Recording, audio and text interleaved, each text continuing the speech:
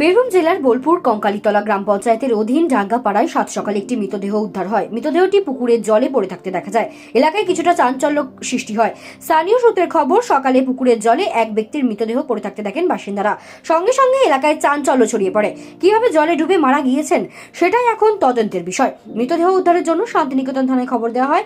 ঘটনাস্থলে শান্তিনিকেতন থানার পুলিশ তদন্ত করে দেখছে কিভাবে জলে ডুবে মারা গিয়েছে ওই ব্যক্তি।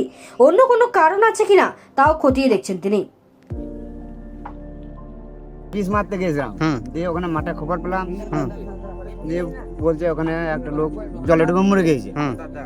দিয়ে এসে দেখছি হ্যাঁ একটা মোড়া ভাসছে।